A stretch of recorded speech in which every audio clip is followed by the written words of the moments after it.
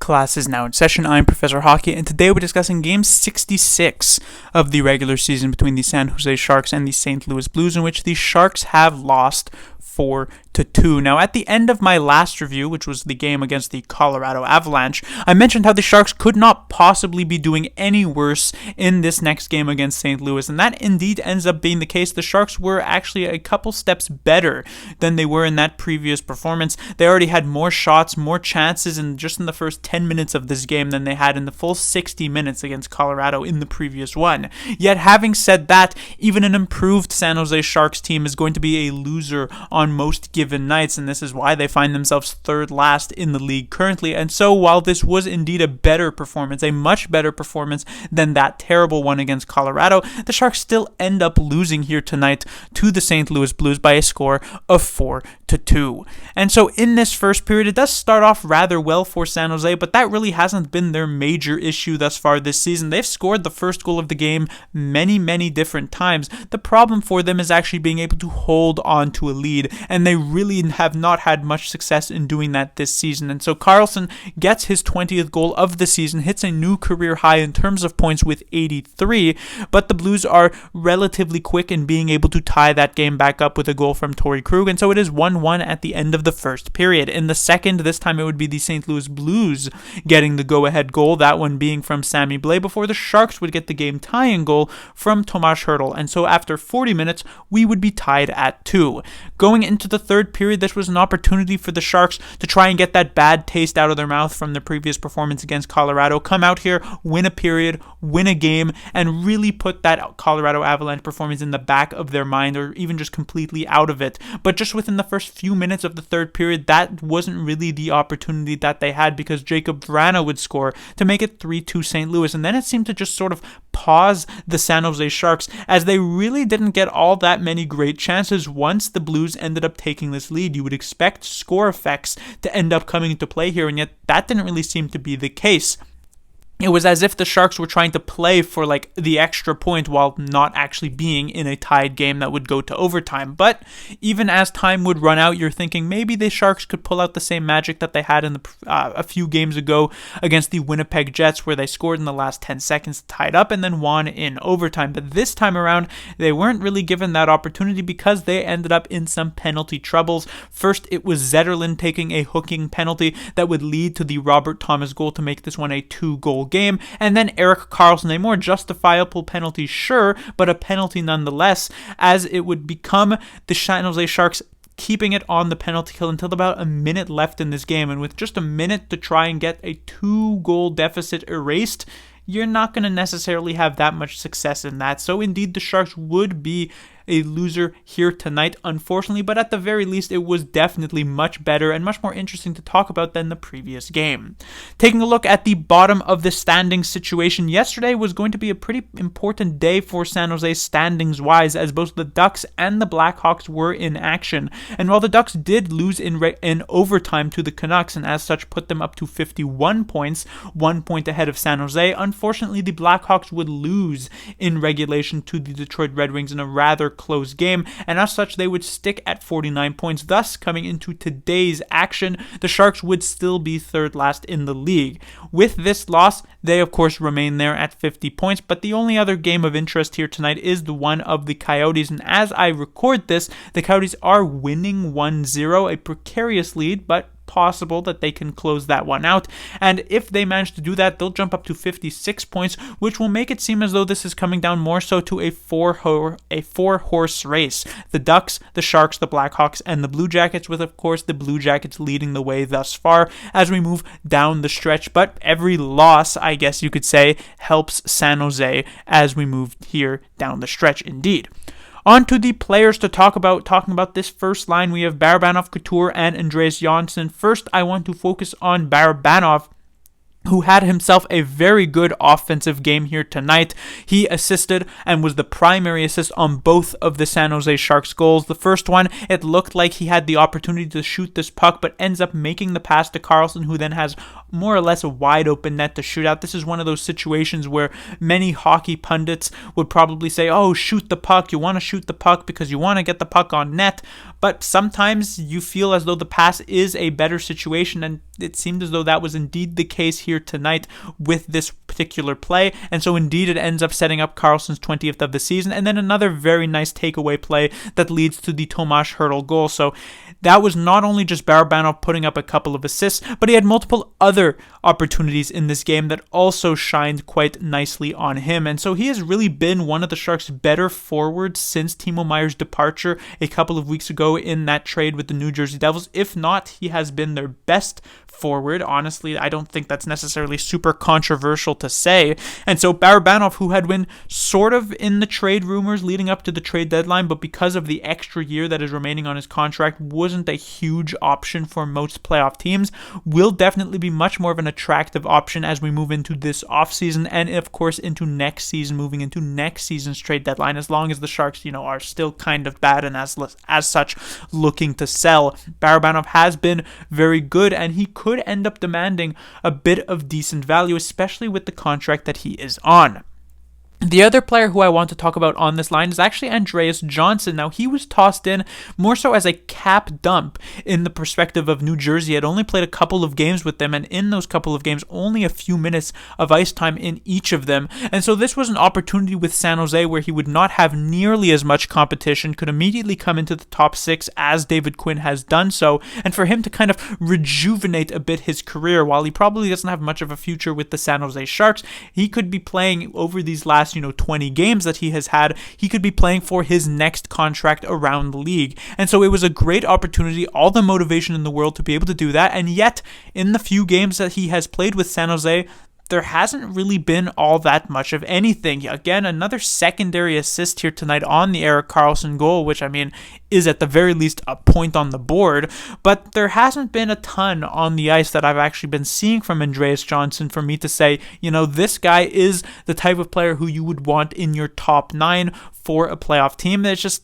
kind of unremarkable play. On the second line, we have, of course, Zetterlund, Hertl, and Eklund once more. First, I'll talk about Zetterlund, who probably had his best game as a San Jose Shark here tonight. Finally opened up a bit more, had some great chances with his shot. Actually would have had a primary assist on a Tomas Hertl goal had he not tipped this puck in with a stick above the crossbar. But he also had a couple of other solid looks. But having said that, even then, Zetterlund kind of doesn't really strike me as a top 6 kind of player, at least at this point. Still relatively young at 23 years of age, but he seems like more of a player who would find a good home on like a third line for a competitive team, kind of like where he really was with New Jersey prior to this trade. I think the second line, or the first line, depending on how you view this line, is just a step or two above where I think Zetterlund would be most comfortable in. And so if the Sharks keep him on the team, which is very likely, I imagine they targeted him from New Jersey in particular, he would be a player who I would think in 2-3 years time would be much more suited for that bottom 6 role, or at least that third line role, because I think that would allow his talent to shine the most. The other winger on this line would be William Eklund, who continues to be given every possible opportunity to do well. I'm wondering if this is even coming from above David Quinn in the Sharks hierarchy to be giving Eklund all of these minutes, because even in, after a shift where Eklund doesn't necessarily do very well, he is not missing a single shift. He is continuously put back on the ice, and he ends up with over 22 minutes of ice time. The vast majority of forwards in the NHL do not touch 22 minutes of ice time in a particular game. Even some of the best, the only players who frequently can hit that much would be a Connor McDavid, because he's the only player on the Edmonton Oilers. And so for Eklund to get that, it definitely shows the opportunity that the Sharks are trying to give him. We also saw him get penalty kill time at the end of this game. Now, of course, this is a situation where the Sharks are also at the same time, while trying to kill the penalty, trying to score a goal and get an offensive chance. So it obviously is a different situation, but still, I actually liked Eklund's reads on this late game penalty kill. So Is that potentially an option for San Jose moving forward? Probably not, but it is good to know that he has a decent penalty killing instinct, and I would say this was potentially his best game thus far this season with the San Jose Sharks as well. There were some issues where at times, and honestly this has been a case since he's been called up in the last few games, where he seems to be on a different page than a lot of the other San Jose Sharks players. We saw actually on this Sammy Blais goal, it looked like a set play off the face-off where Eklund comes up to the blue line, Karlsson's going to pass to him and just relieve some of the pressure on Karlsson, but the pass was too far forward. Eklund maybe skated a bit too close to the blue line, which allowed for this turnover and this goal for the St. Louis Blues. And this is not the first time that Eklund has either tried to receive a pass or send a pass to a Sharks player in which the puck is just a bit too out of reach, or he tries to pass it up the wall but the defenseman is in the middle of the ice, or vice versa. So I'm not sure if there's some sort of communication issue there, but that does seem to happen a decent bit. But besides that, I thought Eklund actually looked pretty good, and so in terms of a 1 to 10 rating, I'd give him about a 6. Still nothing amazing, still nothing that stands out in a super obvious way, but there are certainly some improvements in his game as we move forward game after game after game, besides, of course, the previous one against Colorado, which we just do not talk about. When it comes to the third line, the player who really stood out for me on this third line was definitely Noah Gregor. Has had his performance be rather muted in the last few outings. I haven't been super impressed, though I haven't hated Gregor's performance either in the last few games, but here tonight he definitely stood out in a very positive way. I liked Gregor, and while he didn't end up getting a goal or anything like that, it was a nice building block game for him for sure. When it comes to the fourth line, the L line, the big story once again here tonight is that Kevin Labanc manages to not even hit the 5-minute mark once again. And once again, yes, there was the turnover that was maybe the reason why he gets benched, but that is like the kind of play, especially in a game that was otherwise not bad for Kevin Labanc. That's the type of play you would expect a player to get benched maybe at most for the rest of the period. So to see him benched pretty much for the rest of the game is showing the massively short leash that David Quinn has for Kevin Labanc at this point. I mean, he does have one more year on his contract, so it's likely he's still with the San Jose Sharks by next season, but I'm highly, highly doubtful that he ends up returning to San Jose at the end of this contract, because at this point, why would he? When it comes to the defensive side of things, Karlsson on that top pairing with Knyzhov, I thought Knyzhov looked pretty good. Definitely. It's weird to evaluate Knyzhov thus far because in that first game, he isn't given a ton of ice time because it's his first game back in a very long time, and then the second game was against Colorado, which as we know is a complete wash. So here tonight, it's a bit of a weird situation, but I thought he looked pretty good. Karlsson, I would say Karlsson maybe one of his weaker games. Still, obviously, offensive chances. That's pretty much always going to be there for Erik Karlsson. But in terms of his usual performance this year, not as much. The other player who I do want to talk about, of course, is Derek Pouliot. He had his season debut with the San Jose Sharks last game against Colorado, but we don't talk about that one. And as such, this is kind of the real first game for Pouliot, who I thought was decent. He is replacing Jacob McDonald, and Pouliot is supposed to be more offensively inclined, but he's clearly not trying the same risky play style, I should say, as Jacob McDonald does.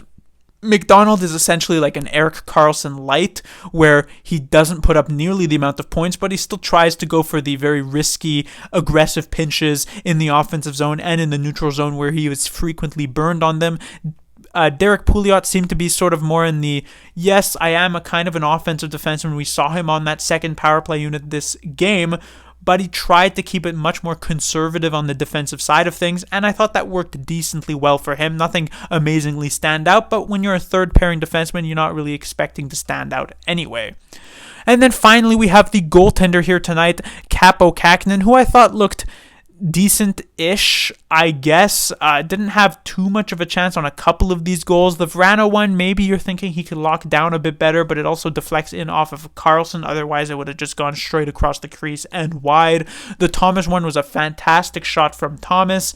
The Sammy Blais one was one he technically could have had, but it's also sort of a breakaway. So I would say this was a relatively mediocre night for Kaapo Kähkönen. Certainly better than his last couple of performances, but still much worse than where he was maybe a couple couple of weeks ago. But that would do it for this review. The Sharks will be back in action on Saturday, and we shall see if, as they dig themselves out of the hole of these last couple of losses, if they can finally get back into that winning column like they had against the Jets. Class dismissed.